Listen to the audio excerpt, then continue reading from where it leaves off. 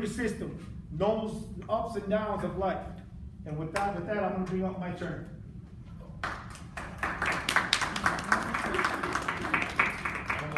Say everyone going to start, but you know what's important? I spent a lot of years trying to figure out how to keep myself out of jail. You know, I had a great family, great mom, and poor, welfare, you know, all that type of stuff, but kids don't care, they're not scared. I have a 25-year-old son, alcoholic. You know, I have a 18-year-old son, my junior, just got 8 years in prison, so I'm very abreast of what's going on out here, and I try to, and I've given them everything, and I take blame a little bit because all their life I was in prison. So I'll just give you a little bit of story. Born and raised in Milwaukee, Wisconsin. Grew up through every system, St. Charles, Carmelite, the beginnings, House of Correction, Wales, DT, Dodge, prison, Green Bay, federal penitentiary. I've been everywhere, unfortunately. And I was always taught, but it always goes back to this, is I wish I could see my teachers. Because I remember back when I grew up, teachers were involved. And I always remember they planted seeds for me. You know, they always said, you're good, you're smart, you're gonna make it. You know what I mean? But you gotta stop doing this. I just never listen. I don't know why I sit back now at my age, like, why did I just listen? But I don't want to talk in circles, but I thought about it one time. The last time I did, I was in a hole. I had a fight. I was in federal penitentiary, and I was in Lewisburg, Pennsylvania. We call it USP Lewisburg. It's maximum security federal prison. I don't even know how I got there. It was crazy because I didn't even know Uncle Sam had places like that because I was on the street, grew up in gangs my entire life. I know all the old 2-7s, 1-9s, 2-4s. Well, I remember when they killed Eric Adway. I'm sure a lot of us are old enough back when Eric Adway died. I was 14, 13. And I said, what can I do? And what can I do to go out and save my kids and try to tell the other kids? But I always had like an issue.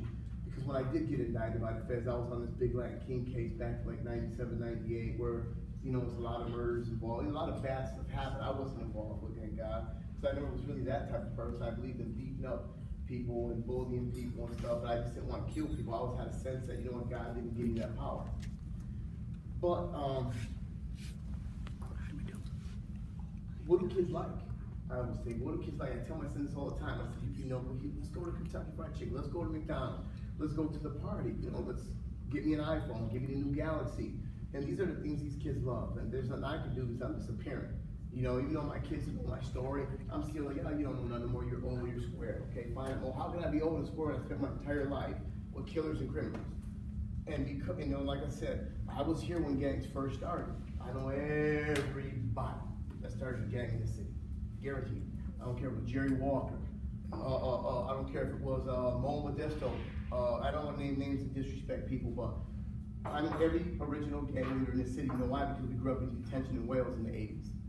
So I kind of, and I'm pretty known. But I always tell my kids, in prison, you ain't got a Kentucky Fried Chicken. You don't have McDonald's. You don't have girls. And I did a year in the hole. My last whole time I did a year, I had to fight with another big gang member. They classified me as a big gang member. They said I was a Latin King influencer and I had pull or whatever. So I had to do a year in the hole, and I remember that whole year I watched this rabbit family out this window. And I always told myself, what can I do? What do I miss? And you know what the scariest part was? Is the day I laid there and I said, you know what? Everything that I believed in, everything that I thought I believed in was a lie. Hardest thing in the world. For me to realize that everything to this point in my life was a lie. Lost about 40 buddies. Believe me, I've never been to war. Take off my hat to anyone that's been there. And before I even go further, I want you guys to just give yourself a round of applause because you're awesome. Because you want to know. You want to help. You want everybody. But you want to learn how to save and improve your situation, your kids. That's awesome. But I told myself like this. I said, what can I do? Because I'm a criminal. I mean, it's almost like being a drug addict or an alcoholic. I struggle every day. I own a company now, I do good, but times get tough. What do I go back to? What we all go back to, what we know best. And I fight every day. I take my hat off to anyone that's been a lifetime working, because I've never did. The last 8 years of my life I've been out of prison is like the hardest 8 years ever. Easier to be in a prison, carrying a knife every day. Because out here you have to work, you have to pay bills, you have to, people depend on you. But I always tell my kids, and it hurt my heart that my junior just got himself 8 years in prison. And I said, Mike, you're 18, I got you. We're gonna get you a car. My family runs a lot of the unions here in Milwaukee, so I said, we're gonna get you a job. You know, you graduate high school, I'm gonna get you shot for $23 an hour. So understand that if you guys got like 18-year-olds, electricians, plumbers, they're begging.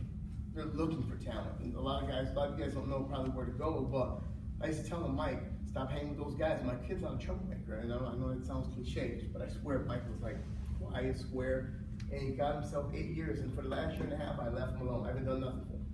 Because I always told him, Mike, it's gonna be the way that I'm trying to tell you, or you're gonna go and get 8 cents an hour the way I had to get for 10 years I just did in the federal prison.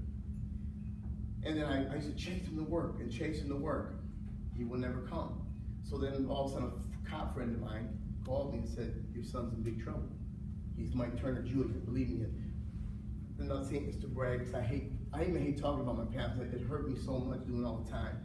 So I'm just gonna go way back because I don't know what the heck I'm saying up here. But the key is, make them think, talk to the kids, because you know at the end of the day, talk and help. I call it planting seeds. Because at the end of the day, society is way bigger than us as parents. You know, you got music. And I've never thought I would say this because I'm a first generation rap guy. Love hip hop. But this music now is crazy. I'm just listening to it like, did they really just say that? You can say that on the radio now. Right. So, and I'm worried about all these little fast girls, and it's crazy. Jim, I think you still have the old one, right? You still got the original one.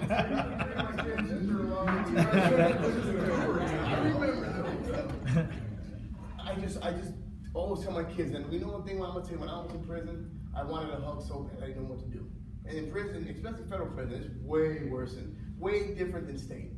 You got everyone from around the world. I swear, there's people from every country in the world that the United States government, terrorists.